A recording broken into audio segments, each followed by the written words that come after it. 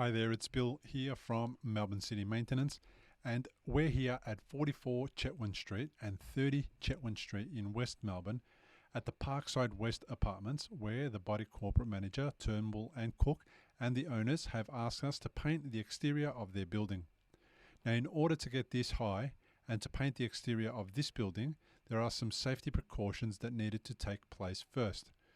We needed to make sure that we had the power lines covered and the appropriate permits from the correct organisations.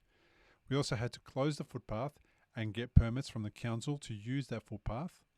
We had to create a zone where pedestrians could not enter the workspace so that they wouldn't come into contact with any of the equipment that we were using to access the 20-metre span that we needed to reach.